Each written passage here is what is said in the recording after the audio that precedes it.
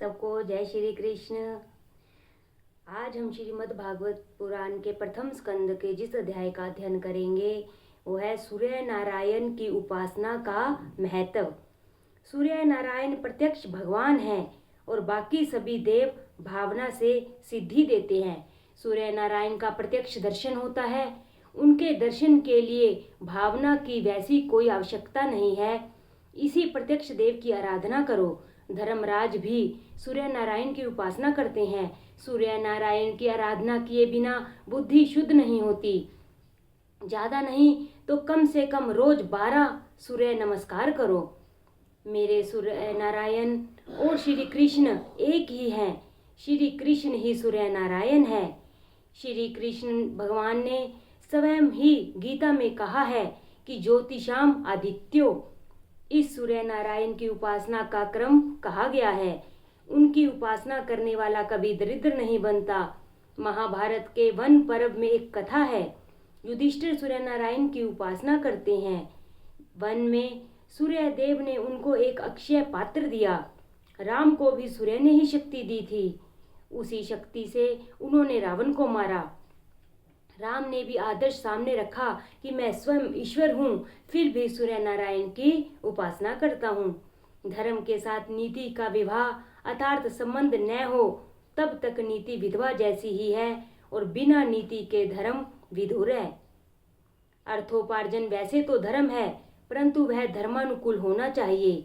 धर्मराज के पवित्र राज्य में किसी के भी घर में कोई क्लेश न था। पुत्र माता पिता की आज्ञा का पालन करता था। उस समय राजा धर्मनिष्ठ होने के कारण प्रजा भी धर्मनिष्ठ थी। श्री कृष्ण भगवान की जय। अगला अध्याय है श्री कृष्ण का द्वारिका गमन। युधिष्ठिर का राज तिलक करके श्री कृष्ण द्वारिका गए। वहां की जनता ने रथ यात्रा का दर्शन किया। रथ में विराजित द्वारिकाधीश के रोज दर्शन करो। उनके हाथों में शंख चक्र गदा और पद्म है। रथ सोने का है। एक झांकी सी करें तो हमारा हृदय पिघलेगा। इस शरीर रथ में श्री कृष्ण की झांकी करो। हृदय में सिंहासन पर बिठाकर भक्त जन प्रभु का दर्शन करते हैं। ज्ञानी जन समाधि की अवस्था में ललाट में ब्रह्मा दर्शन करते हैं। द्वारिका में श्री कृष्ण का स्वागत। द्वारिकाधीश ने द्वारिका में प्रवेश किया। नगर जन कहते हैं कि आपकी कृपा से वैसे तो सब ठीक था, एकमात्र भी दुख नहीं था।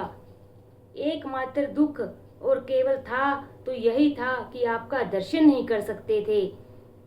सभी को कृष्ण दर्शन की आतुरता है। भगवान ने अनेक रूप धारण किए और 16,000 रानियों के साथ राजप्रसाद में प्रवेश किया।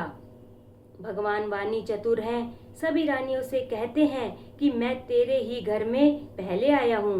दूसरे दिन रानियों के बीच प्रेम कलह हुआ।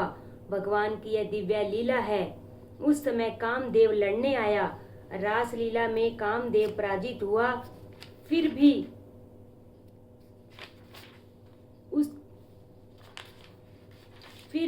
उन्हें मन में असंतोष रह गया था। उस समय तो श्री कृष्ण बालक ही थे। उस समय मैं हारा था, वह कोई अचरज की बात नहीं थी। कामदेव ने श्री कृष्ण से कहा, जब सुंदर युवतियां आपकी सेवा कर रही हो तो उसी समय मुझे झगड़ना है। सुंदर प्रेमल हाव भाव से रानियों ने श्री कृष्ण को प्रसन्न करने का प्रयत्न किया, किंतु श्री कृष्ण तो अजेय ही रहे। वन के वृक्षों के तले बैठकर काम का दमन करना तो ठीक है, किंतु अनेक रानियों के साथ रहकर काम को जीते वह तो परमात्मा है। श्री कृष्ण का चिंतन मनन करने वालों को काम सता नहीं सकता, तो श्री कृष्ण को तो वह कैसे सताएगा। ईश्वर वह है जिसे काम कभी अधीन नहीं कर सके। काम के अधीन हो जाए वह जीव है। श्री कृष्ण को कामदेव पराजित न कर सका। उसे अपने धनुष बाण का त्याग करना पड़ा। श्री कृष्ण योगेश्वर हैं। शंकर भी योगेश्वर हैं। प्रवृत्ति में पूर्णतः रहकर भी उसमें आसक्त न बने वही है जोगेश्वर। संपूर्ण निर्वृत्ति में रहकर स्वरूप में स्थिर रहे वह है जोगेश्वर। अगला अध्याय है परीक्षित का जन्म। 12वें अध्याय में परीक्षित के जन्म की कथा है। उत्तरा ने बालक को जन्म दिया। वह चारों ओर देखने लगा। माता के उदर में मुझे चतुर्भुज स्वरूप जो पुरुष दिखता था वह कहाँ है? परीक्षित भाग्यशाली था कि उसको माता के गर्भ में ही भगवान के दर्शन हुए। यही कारण है कि वह उत्तम श्रोता है। युधिष्ठिर ने ब्राह्मणों से पूछा, बालक कैसा होगा? ब्राह्मणों ने कहा, वैसे तो सभी ग्रह दिव्य हैं, किंतु मृत्यु स्थान की कुछ गड़बड़ी है। उसकी मृत्यु सर्प दंश से होगी। यह सुनकर धर्मराज को दुख हुआ। मेरे वंश का पुत्र सर्प दंश से मरे, यह ठीक नहीं है। ब्राह्मणों ने उनको आश्वस्त किया, चाहे सर्प दंश से उसकी मृत्यु हो, किंतु उसे सद्गति मिलेगी। उसके अन्य ग्रह शुभ हैं। इन ग्रहों को देखकर ऐसा लगता है कि इस जीवात्मा का यह अंतिम जन्म है। 9वें स्थान में सर्वग्रही उच्च क्षेत्र का बृहस्पति जिसके हो वह धर्मात्मा बनता है। परीक्षित दिनों दिन बड़े हो रहे हैं। 14वें और 15वें अध्याय में धृतराष्ट्र पांडव मोक्ष की कथा है। 16वें अध्याय में परीक्षित चरित्र का आरंभ होता है। विदुर जी तीर्थ यात्रा करते हुए प्रभास क्षेत्र में आए। उन्हें खबर हुई कि सभी कौरवों का विनाश हुआ है और धर्मराज सिंहासन पर बैठे हैं। केवल मेरा भाई धृतराष्ट्र ही धर्मराज के यहाँ मुट्ठी भर खाने के लिए रह गया है। विदुर जी आए। धर्मराज ने उनका स्वागत किया।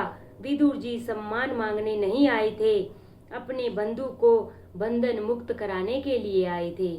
उन्होंने 36 वर्षों तक तीर्थ यात्रा की। संत तीर्थों को पावन करते हैं। वैसे तो उत्तमा सहजावस्था, मध्यमा ध्यान धारणा, अधमा मूर्ति पूजाच, तीर्थ यात्रा धमा धमा। इसका कारण यह है कि यात्रा में अन्य चिंताओं के कारण परमात्मा का नियमित ध्यान नहीं हो पाता, सत्कर्म नियम पूर्वक नहीं होता है। इससे तीर्थ यात्रा की अपेक्षा भगवान का ध्यान श्रेष्ठ है। देवी भागवत में लिखा है कि घर की अपेक्षा अधिक सत्कर्म तीर्थ यात्रा में न हो सके तो वह तीर्थ यात्रा व्यर्थ ही है। विदुर जी ने 36 वर्ष तक यात्रा की, फिर भी बात तो अति संक्षेप में ही कही। आत्म प्रशंसा मृत्यु है। अपने सत्कर्मों का स्वयं अपने मुख से वर्णन न करो। विदुर जी ने 36 वर्ष की यात्रा का 36 शब्दों में ही वर्णन किया है। आजकल तो लोग हमने इतनी यात्रा की ऐसी बात बार बार करते हैं। अपने हाथ से जो भी पुण्य कार्य हो उसे भूल जाओ और जो पाप हो उसे याद रखो। सुखी होने का यह मार्ग है, किंतु मनुष्य पुण्यों को तो याद रखता है और पापों को भूल जाता है। युवावस्था में जिसने बहुत पाप किए हो उसे वृद्धावस्था में नींद नहीं आती। मध्य रात्रि के समय विदुर जी धृतराष्ट्र के पास गए। वे जाग ही रहे थे। विदुर जी ने पूछा कि नींद नहीं आ रही है क्या? जिस भीम को तुमने विष भरे लड्डू खिलाए उसी के घर में तुम अब मीठे लड्डू खा रहे हो। धिक्कार है तुम्हें। पांडवों को तुमने दुख दिया। तुम ऐसे दुष्ट हो कि राजसभा में द्रौपदी को बुलाने की तुमने सम्मति दी थी। पांडवों को छोड़कर अब यात्रा करो। धृतराष्ट्र कहता है कि मेरे भतीजे बड़े अच्छे हैं, मेरी खूब सेवा करते हैं, उन्हें छोड़कर जाने का दिल नहीं करता। बोलो श्री कृष्ण भगवान की जय। विदुर जी के उपदेश, धृतराष्ट्र और गांधारी का वन में जाना। विदुर जी कहते हैं, अब तुम्हें भतीजा प्यारा लग रहा है। याद करो कि तुमने पांडवों को मारने के लिए कितने प्रयत्न किए थे। भीमसेन को लड्डू में विष दिया, लाक्षागृह में आग लगाई थी। यह धर्मराज तो धर्म की मूर्ति में है, सो तुम्हारे अपकार का बदला उपकार से दे रहे हैं। मुझे लग रहा है कि कुछ ही दिनों में पांडव प्रयाण करेंगे और तुम्हें सिंहासन पर बिठलाएंगे। तुम अब मोह छोड़ो। तुम्हारे सिर पर काल मंडरा रहा है, तुम्हारे मुख पर मुझे मृत्यु का दर्शन हो रहा है। समझ बूझ कर गृह त्याग करोगे तो कल्याण होगा, नहीं तो काल के धक्के के कारण घर छोड़ना पड़ेगा। घर छोड़े बिना कोई चारा नहीं है। खुद समझ सोच कर घर छोड़े वह बुद्धिमान है। कुछ ही समय में तुम्हारी मृत्यु होगी।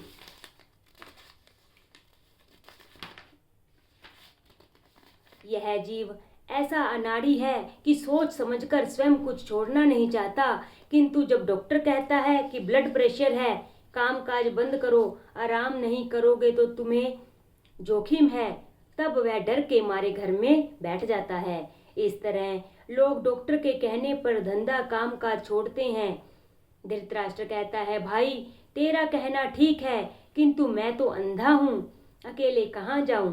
विदुर जी कहते हैं कि दिन में तो धर्मराज तुम्हें जाने नहीं देंगे, सो मैं मध्य रात्रि को तुम्हें ले चलूं। धृतराष्ट्र और गांधारी को लेकर विदुर जी सप्त स्त्रोत तीर्थ गए। सुबह हुई तो युधिष्ठिर धृतराष्ट्र के महल में आए।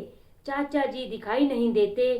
युधिष्ठिर ने सोचा कि हमने उसके 100 पुत्रों को मौत के घाट उतार दिया, इसीलिए उन्होंने आत्महत्या की होगी। जब तक चाचा चाची का समाचार न मिलेगा तब तक मैं पानी भी नहीं पीऊंगा। धर्मात्मा व्यथित होता है तो उससे मिलने संत आते हैं। धर्मराज के पास उस समय नारद जी आए। धर्मराज ने उनसे कहा, मेरे पापों के कारण चाचा जी चले गए। वैष्णव वह है जो अपने ही दोषों को सोचे, दूसरों के दोषों को नहीं। नारद जी समझाते हैं कि धृतराष्ट्र को तो सदगति मिलने वाली है, चिंता मत कर। हर एक जीव मृत्यु के अधीन है।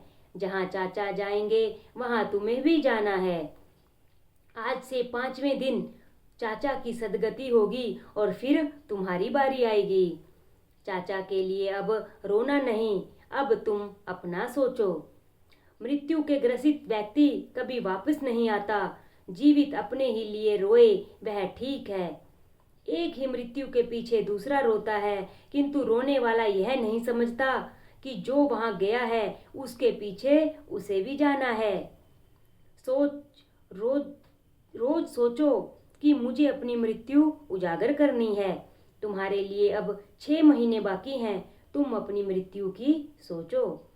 सूत जी सावधान करते हैं, शैया में सोने के बाद अर्थात अंत काल में आया हुआ सियानापन किस काम का, वह निरर्थक है। नारद जी कहते हैं, तुम्हें मैं भगवत प्रेरणा से सावधान करने आया हूँ। विदुर जी धृतराष्ट्र को सावधान करने आए थे, मैं तुम्हें सावधान करने आया हूँ। 6 मास के पश्चात कलयुग का प्रारंभ होगा। अब तुम किसी की भी चिंता न करो, तुम अपनी चिंता करो। युधिष्ठिर ने कई यज्ञ किए, भगवान द्वारिका गए तो साथ में अर्जुन को भी ले गए। प्रभु की इच्छा थी कि यदुकुल का नाश हो तो अच्छा हो, और यदुकुल का सर्वनाश हो गया। बोलो श्री कृष्ण भगवान की जय, बोलो श्री भागवत महापुराण की जय। कल हम अध्ययन करेंगे अपशगुन देखकर महाराज युधिष्ठिर का कलयुग आगमन के संबंध में शंका करना और अर्जुन का द्वारिका से लौटना। बोलो श्री कृष्ण भगवान की जय।